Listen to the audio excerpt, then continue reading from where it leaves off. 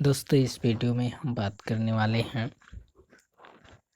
Polity के current affairs मई 2019 से लेकर के फरवरी 2020 तक के पॉलिटी से संबंधित सभी करंट अफेयर्स को देखेंगे, जिसमें से यह हमारा दूसरा संवैधानिक। हमने पहले संवैधानिक मुद्दे में सबसे पहले आरक्षण को देखा, फिर आरक्षण के बाद दूसरे नंबर पर अधिकार में जो हमारा पहला टॉपिक है वह है इंटरनेट एक मूलभूत अधिकार। इसके बारे में हम इस वीडियो में देखेंगे। तो इंटरनेट एक मूलभूत अधिकार, इंटरनेट एज बेसिक राइट। अभी हाल ही में उच्चतम न्यायालय द्वारा जम्मू कश्मीर में इंटरनेट सेवाओं और लोगों की आवागमन पर आरोपित प्रतिबंधों को चुनौती देने वाली याचिकाओं पर निर्णय दिया। तो जो जम्मू कश्मीर में इंटरनेट सेवाएं बंद थी और जो लोगों का आवागमन बंद था, इस पर जो है सुप्रीम कोर्ट में एक याचिका दायर की गई, जिस पर सुप्रीम कोर्ट के द्वारा या उच्चतम न्यायालय द्वारा जो है निर्णय सुनाया गया। क्या था निर्णय, देखते हैं आगे। उच्चतम न्यायालय का जो है अवलोकन, उच्चतम न्यायालय के द्वारा जो अवलोकन किया गया उसमें पहला इंटरनेट शटडाउन पर, इंटरनेट प्रतिबंध पर। तो इंटरनेट प्रतिबंध पर क्या क्या उच्चतम न्यायालय द्वारा अवलोकित किया गया। तो पहला, इंटरनेट के माध्यम से वाक स्वतंत्र एवं व्यक्ति स्वतंत्र भारतीय संविधान के अनुच्छेद 19 फर्स्ट ए के तहत एक मूल अधिकार है। तो सभी जानते हैं कि अनुच्छेद 19 फर्स्ट ए वाक स्वतंत्र एवं व्यक्ति स्वतंत्र जो स्वतंत्रता का अधिकार है, उसमें वाक स्वतंत्र एवं व्यक्ति स्वतंत्र के तहत एक फंडामेंटल राइट है। भारतीय संविधान में यह एक मूल अधिकार है। तो इंटरनेट पर प्रतिबंध दूसरा, अनुच्छेद 19(2) के तहत आनुपातिकता के सिद्धांतों के अनुरूप होना चाहिए। तो जो अनुच्छेद 19(2) बोलता है कि जो इंटरनेट पर प्रतिबंध लगाया जा रहा है वह आनुपातिकता के सिद्धांत के अनुरूप होना चाहिए। अब यह आनुपातिकता के सिद्धांत क्या है। तो यह सिद्धांत यह वर्णित करता है कि दंड को अपराध या उसकी प्रकृति के सापेक्ष असंगत नहीं होना चाहिए, मतलब वह अनुपात में होना चाहिए, तथा किसी अधिकार का उपयोग करते समय राज्य के हस्तक्षेप की जो सीमा है वह अनिवार्यतः इनके द्वारा प्राप्त किए जाने वाले लक्ष्य के अनुपात में होना चाहिए। इस पर जो प्रतिबंध या इस अधिकार का जब उपयोग किया जा रहा है तो जो राज्य के हस्तक्षेप की सीमा है और जो लक्ष्य है उसके अनुपात में होना चाहिए। अगला, इंटरनेट के माध्यम से व्यापार और वाणिज्य की स्वतंत्रता अनुच्छेद 19 फर्स्ट जी के तहत संवैधानिक रूप से संरक्षित अधिकार है। तो जो व्यापार और वाणिज्य की स्वतंत्रता है वह भी अनुच्छेद फर्स्ट जी के तहत एक संवैधानिक रूप से एक संरक्षित अधिकार। अनिश्चित काल के लिए इंटरनेट का निलंबन अनुज्ञेय नहीं है। आप अनिश्चित काल तक इंटरनेट पर प्रतिबंध नहीं लगा सकते हैं। अगला है सीआरपीसी की धारा 144 पर। सीआरपीसी की धारा 144 पर सुप्रीम कोर्ट का क्या अवलोकन रहा उस पर देखते हैं। तो सुप्रीम कोर्ट का जो अवलोकन रहा कि धारा 144 के तहत जो प्राप्त शक्ति है उसका उपयोग किसी भी विचार या शिकायत की वैध अभिव्यक्ति और लोकतांत्रिक अधिकार के उपयोग को प्रतिबंधित करने हेतु नहीं किया जा सकता है। तो उच्चतम न्यायालय ने कहा कि आप धारा 144 के तहत जो प्राप्त शक्ति है उसका उपयोग किसी भी विचार या शिकायत की जो अभिव्यक्ति और लोकतांत्रिक अधिकार है उसको उसके उपयोग पर आप प्रतिबंधित नहीं कर सकते हैं, मतलब उस पर आप इसको लागू नहीं कर सकते हैं। अगला, जब धारा 144 को किसी भी आशंकित खतरे के संदर्भ में आरोपित किया जाता है तो वह खतरा आपात होना चाहिए। मतलब कि अगर आप 144 को लगा रहे हैं तो आप वहां तब लगाएंगे जब वहां इमरजेंसी जैसी स्थिति पैदा हो। अगला, धारा 144 के आरोपण की स्थिति में अनिवार्यतः जो है व्यक्ति के अधिकार और राज्य की चिंताओं के मध्य संतुलन जरूर होना चाहिए। दोनों के बीच में जो संतुलन की स्थापना अवश्य होना चाहिए। अगला, धारा 144 के तहत शक्ति का उपयोग अनिवार्यतः युक्त और प्रमाणिक रीति से किया जाना चाहिए। तो इतना जो है सुप्रीम कोर्ट का वर्डिक्ट आया सीआरपीसी की धारा 144 पर और इंटरनेट शटडाउन पर। आगे हम देखते हैं कि सीआरपीसी की धारा है क्या। 144 की जो धारा है वह है क्या, इसके द्वारा कितनी शक्तियां जो है प्राप्त होती हैं। तो ये है जैसा कि जब हमारे भारत में ब्रिटिश गवर्नमेंट का शासन था तो उस समय धारा 144 की उत्पत्ति हुई।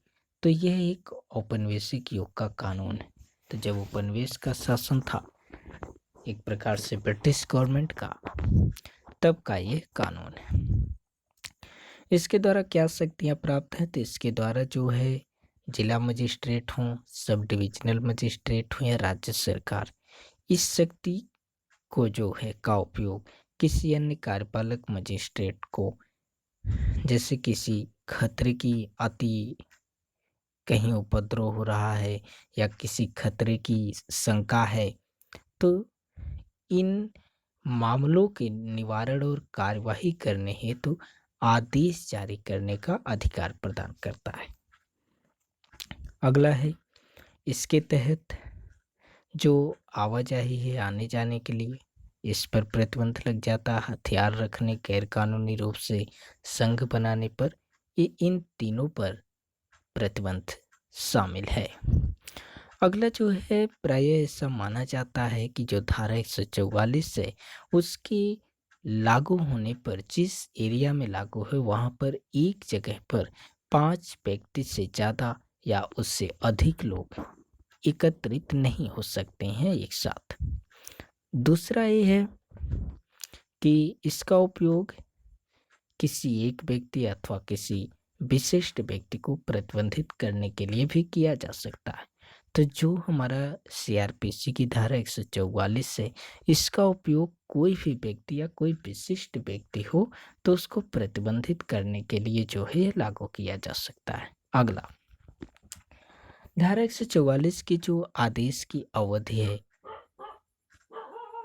वह कितनी है, तो जो धारा 144 है उसके अधीन कोई आदेश उन आदेश के जारी होने की तिथि से जो है 2 माह से अधिक समय के लिए प्रवृत्त नहीं रहेगा।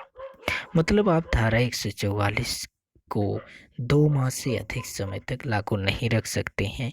लेकिन अगर राज्य सरकार यह आवश्यक समझती है कि इसे अधिसूचना कि इससे और भी अधिक समय तक इसको बढ़ाया जाए, तो वह अधिसूचना द्वारा इसे अतिरिक्त अवधि तक प्रवृत्त रखने के लिए मजिस्ट्रेट को निर्देश दे सकती है। फिर भी यह अवधि जो है 6 माह से अधिक नहीं हो सकती है।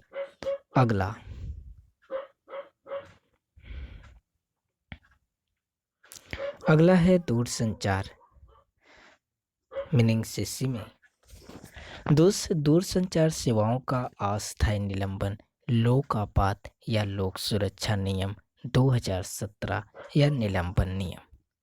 तो इस नियम का जो निर्माण है वह संचार मंत्रालय के द्वारा किया गया है और भारतीय तार अधिनियम की धारा 5(2) के द्वारा इन्हें शक्तियां प्रदान की गई हैं।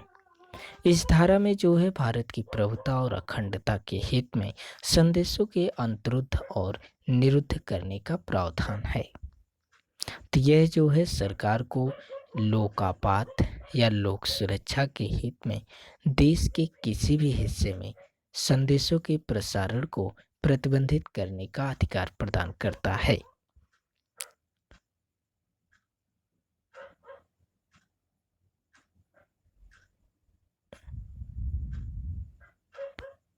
इन नियमों के तहत इंटरनेट को निलंबित करने वाला कोई भी आदेश केवल निश्चित अवधि के लिए ही जारी रह सकता है, न कि अनिश्चित अवधि तक। तो जैसा कि हम लोगों ने देखा कि जो दूरसंचार सेवाओं का अस्थायी निलंबन या लोकापात या लोक सुरक्षा नियम 2017 या निलंबन नियम था, उसमें क्या क्या था।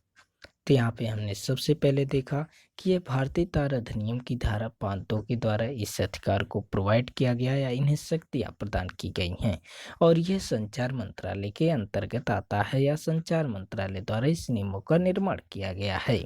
यह जो है भारत की प्रभुता और अखंडता के हित में संदेशों के अंतरुद्ध और निरुद्ध करने के प्रावधान भी हैं और यह जो है लोकापात या लोक सुरक्षा के हित में देश के किसी भी हिस्से में संदेशों के प्रसारण को प्रतिबंधित करने का अधिकार प्रदान करता है और इस नियमों के तहत जो है इंटरनेट को निलंबित करने वाला कोई भी आदेश केवल निश्चित अवधि के लिए ही जारी रह सकता है, न कि अनिश्चित अवधि के लिए। अगला है